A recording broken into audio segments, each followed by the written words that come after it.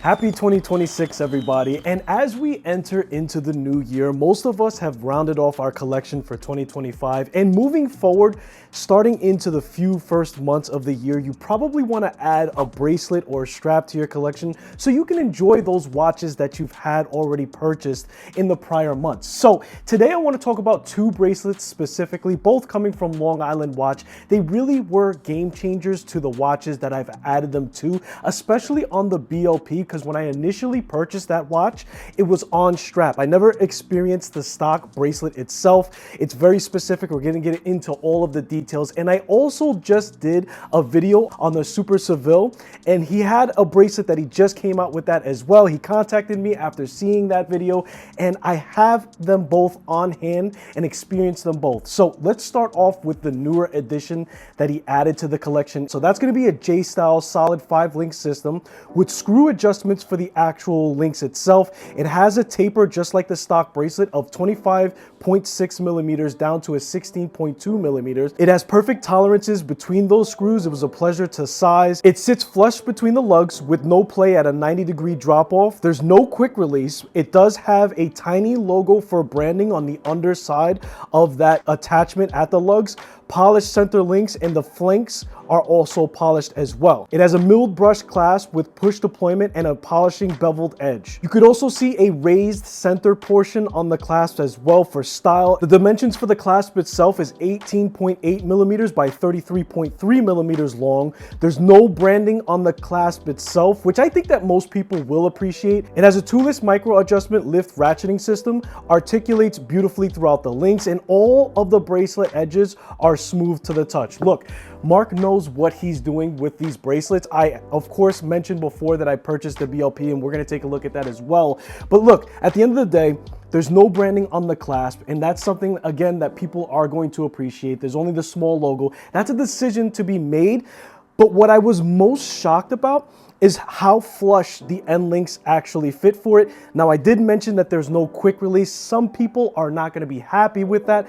But this is more of an integrated bracelet, and therefore you're not going to have a lot of straps like if it were a 20 millimeter opening. I believe it's about 10 or 11 millimeters wide for that. So you're not going to have a lot of straps to begin with to swap out. So you're going to pretty much stick to either this bracelet or the stock bracelet itself. Now, on the stock bracelet, there are half links that Bulova did include, so you could dial it in a little bit more, but at the end of the day, it is a butterfly system. Some people don't like that system, and when you have thermal expansion, you can't change those settings and adjust for it. And I, in particular, even in the winter time, right? When you go from a colder setting from outside going to the inside where it's warmer, whether you're in a car or in your home, I experience thermal expansion, and there's nothing that I could do with those half links still, even though it'll be closer to my fit.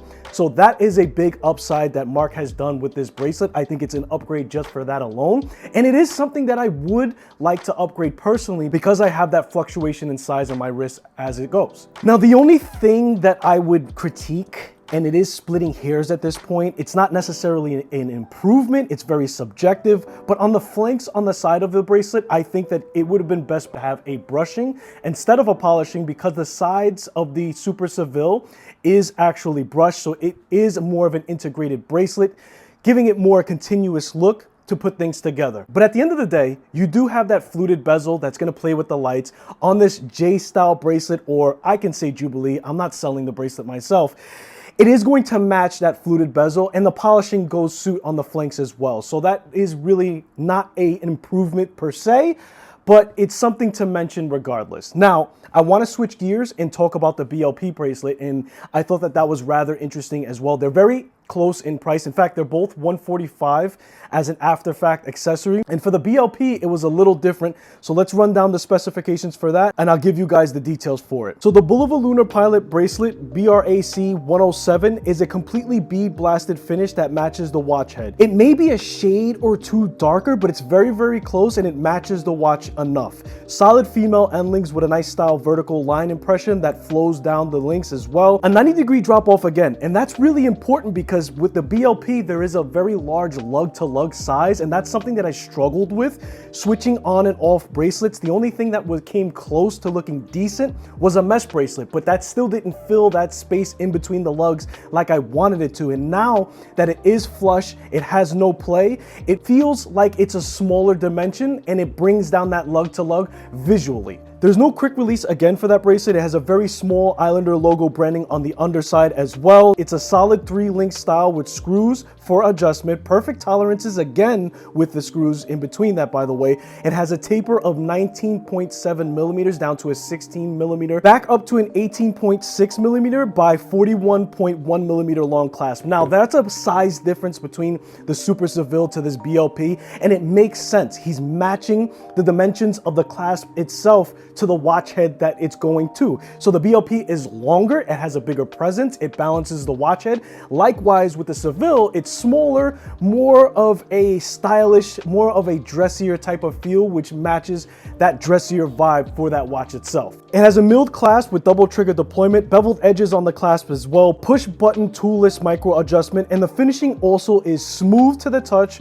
with all of the bracelet edges. Throughout both bracelets, you're gonna have that smooth to the touch feeling, which is really important. It gives that finished feel, and that's what I mean when I say a bracelet is supple. When a bracelet articulates very well and the edges are nice and smooth, it's comfortable, and it also, when you have interaction from your wrist to, let's say, your clothing, you're not snagging anything, it's not brushing, there's no abrasions, so it's very comfortable on wrist and on interactions itself. Now, for the BLP bracelet, this is not a subjective upgrade, I think, when it comes to what enthusiast wants. This time, you do need the quick release. I understand that 90-degree drop off is very important, and I get why he didn't include it, because you have more of a negative drop off right at that lug to lug, which is what the goal is in decreasing the size for the BLP altogether. However, likewise, it is a super popular size. I believe that one is 20 millimeters or 22 millimeters, so you will have strap options for it. But then again, it does balance the scale, because like I said in the beginning, I personally didn't find any straps to be acceptable aesthetically, and for me, this bracelet is going to be the one that stays on this watch indefinitely. Now, there are other bracelets that Long Island Watch provides, more so focused on the SKX models, the 007, 009, things of that nature, but check out the website, because he does make bracelets often, and I think for this year specifically, he mentioned wanting to add more bracelets to the game itself. If I could make a recommendation, I would say the Squale 1521, especially. If you look at that watch, the bracelet stock, if you get it after the fact, is around almost $300. So if he could make something affordable to match, to be parallel with these two bracelets for that watch, that would probably be a good addition. And I know that he's also an authorized dealer for Squale as well, so that would make sense to go with the complete lineup. He has also his own direct line, which is called the Islander watches. And what we're seeing from those watches is slowly and progressively getting better and adding all of those quick releases and on-the-fly adjustments to the bracelets itself.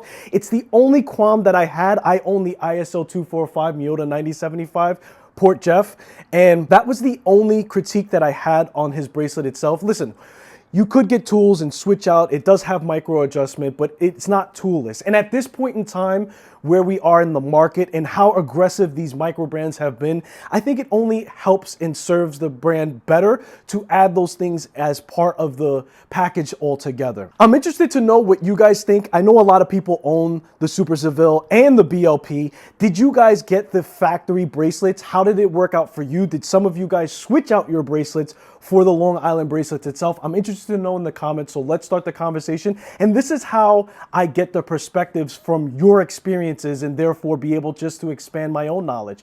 As always, I appreciate you guys for spending your most valuable asset, which is time, and I'll hopefully see you in the next one.